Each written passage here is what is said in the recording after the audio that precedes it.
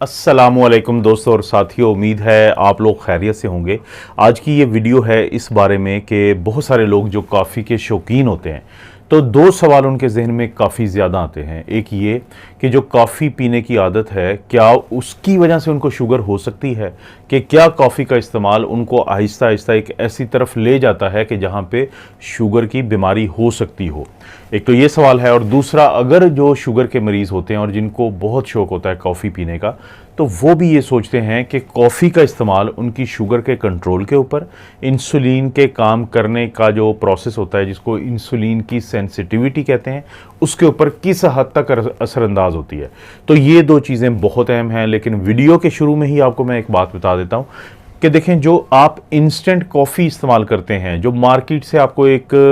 बनी हुई एक पैकेट के अंदर 3 in 1 जिसको आमतौर पे कहा जाता है, वो मिलती है, तो उसके अंदर कॉफ़ी के अलावा शुगर भी होती है, और वो शुगर ज़ाहिर है अच्छी खासी मिकदार में होती है। तो ये वीडियो उस बारे में नहीं है, क्योंकि किसी भी मीठी चीज़ की तरह जब आप ये वाली चीज़ इस्तेमाल करेंगे इंस्टेंट कॉफ़ी, तो ज़ाहिर है कि वक्ती तौर पे आपकी शुगर ज़रूर बढ़ेगी। अगर आपको शुगर का मसला पहले से नहीं है, और चांसेस यही हैं कि जो ही शुगर बढ़ेगी इंसुलिन खारिज होगी और उसके बाद कुछ ही देर में वो शुगर पीछे चली जाएगी या कम हो जाएगी। लेकिन यहाँ पर हम बात कर रहे हैं कॉफ़ी की, जो प्योर कॉफ़ी बहुत सारे लोग इस्तेमाल करते हैं और इंस्टेंट कॉफ़ी कम ही लोग इस्तेमाल करते हैं। अगर हम कॉफ़ी की बात करते हैं तो इसके अंदर होती है कैफ़ीन, इसके अंदर शुगर नहीं होती, इसके अंदर किसी किस्म का कार्बोहाइड्रेट्स नहीं होता।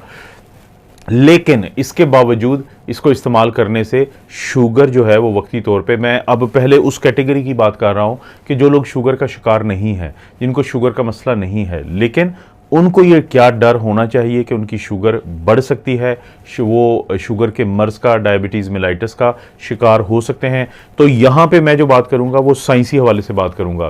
कि जो मेटा एनालिसिस उनको हम कहते हैं, कि जो स्टडीज़ हुई हैं, तो वो हमें क्या बताती हैं, साइंस की तहकीक हमें क्या बताती है। साइंस की तहकीक हमें ये बताती है कि लोग इस्तेमाल क्यों करते हैं, आखिर क्या फ़ायदा होता है। देखें, जो कॉफ़ी होती है इसके अंदर होते हैं पॉलीफिनोल्स। अब ये जो पॉलीफिनोल्स होते हैं, ये आपके दिल की सेहत के लिए, खून की नालियों की सेहत के लिए बहुत ही एक काम की चीज़ है। यही वजह है कि लोगों को अक्सर डॉक्टर्स उनको कहते हैं कि आप कॉफ़ी को इस्तेमाल करें, उससे आपको फ़ायदा होगा, साइंस हमें ये बताती है। लेकिन वो लोग जिनको शुगर नहीं है, तो जब वो इसको इस्तेमाल करेंगे, अगरचे इसमें कॉफ़ी कैफ़ीन है, इसमें कार्बोहाइड्रेट नहीं है, इसमें ग्लूकोज नहीं है, लेकिन इसके बावजूद वक्ती तौर पे थोड़े टाइम के लिए जब ये इस्तेमाल की जाती है, तो थोड़ी देर के लिए शुगर का लेवल ऊपर जाता है,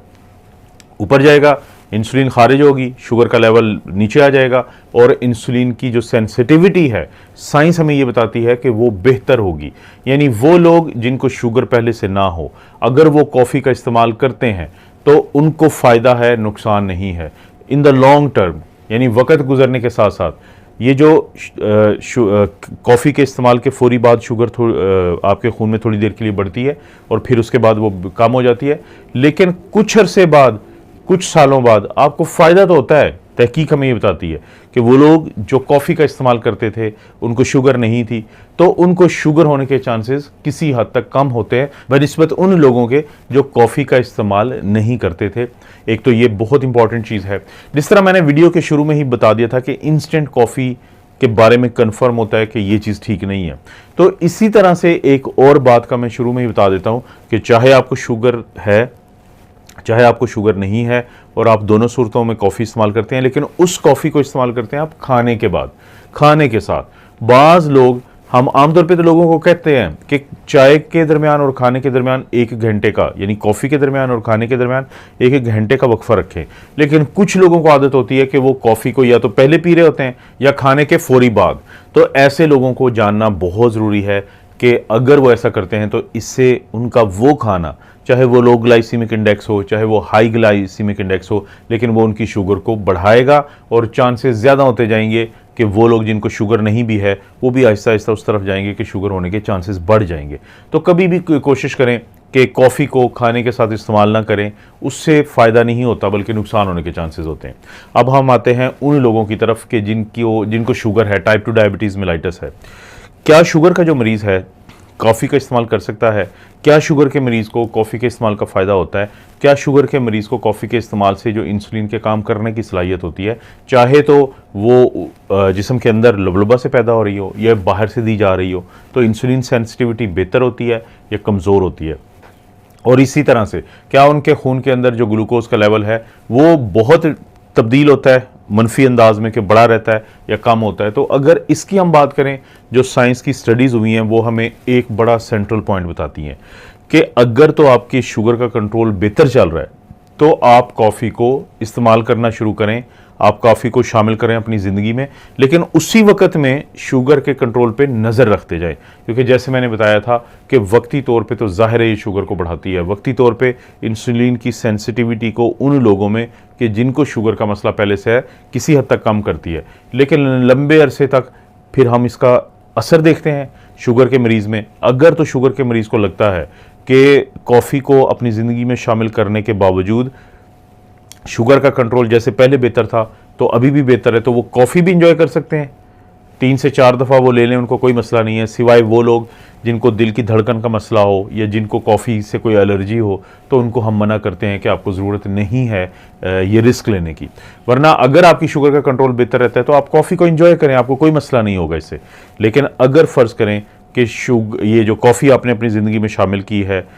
उसकी वजह से या पहले से ही आपका शुगर का कंट्रोल कमज़ोर चल रहा है, तो फिर कोशिश करें कि या तो इस्तेमाल ना करें कॉफ़ी या कम से कम इस्तेमाल करें। तो बहुत सारी स्टडीज़ हैं जो दिल की सेहत के बारे में तो बताती हैं कि कॉफ़ी का इस्तेमाल दिल की सेहत के लिए बहुत बेहतर है। सिर्फ वो लोग जिनको दिल की धड़कन का मसला होता है कि बेतरतीब होती है, तो उनको हम कहते हैं कि आपने ऐसी कोई चीज़ इस्तेमाल ना करें, वरना दिल के लिए सबको पता था। लेकिन इन स्टडीज़ के जायजे से लगता है कि शुगर होने के रिस्क को कॉफ़ी का इस्तेमाल कम करता है, और जो पहले से शुगर के मरीज़ होते हैं अगर उनका शुगर का कंट्रोल बेहतर है तो उनको परेशान हुए बगैर वो कॉफ़ी को इस्तेमाल कर सकते हैं। सिर्फ़ और सिर्फ क्या करना है कि अपनी शुगर की मॉनिटरिंग पे नज़र रखनी है। नाश्ते के बगैर जो फास्टिंग ब्लड शुगर है उसको चेक करना है, 3 से 4 महीने बाद या 6 महीने बाद एक शुगर का जो लेवल होता है जिसको HbA1c कहते हैं उसको चेक करवाना है, और कभी कभी रैंडम भी चेक करें, तो जिससे पता चल जाएगा कि ये जो ज़िंदगी में शामिल की है कॉफ़ी या पहले से आप इस्तेमाल कर रहे हैं तो किस तरह से आपके शुगर के कंट्रोल पे असरअंदाज होती है। मनफी अंदाज से होती है तो इसको आप कम करते जाएं, ख़त्म कर दें, अगर नहीं तो आप इसको एंजॉय करते जाएं। तो ये थोड़ा सा एक, क्योंकि लोगों ने काफ़ी सवाल पूछा था तो मैंने मुनासिब समझा कि जो नई स्टडीज़ क्या कहती हैं उसके बारे में बात कर दी जाए। आपको पता है इस चैनल पर इस तरह की वीडियोस मिलती रहती हैं, वीडियो को लाइक करें, चैनल को सब्सक्राइब करें। कोई भी वीडियो अच्छी लगती है तो दोस्तों रिश्तेदारों से शेयर करने के लिए नीचे ऑप्शन है, उसको ज़रूर इस्तेमाल करें। आप अपना और अपनी फैमिली का ख्याल रखें। अल्लाह ताला आपको और आपकी फैमिली को हर किस्म की बुराई, बीमारी और आजमाइश से महफूज रखें।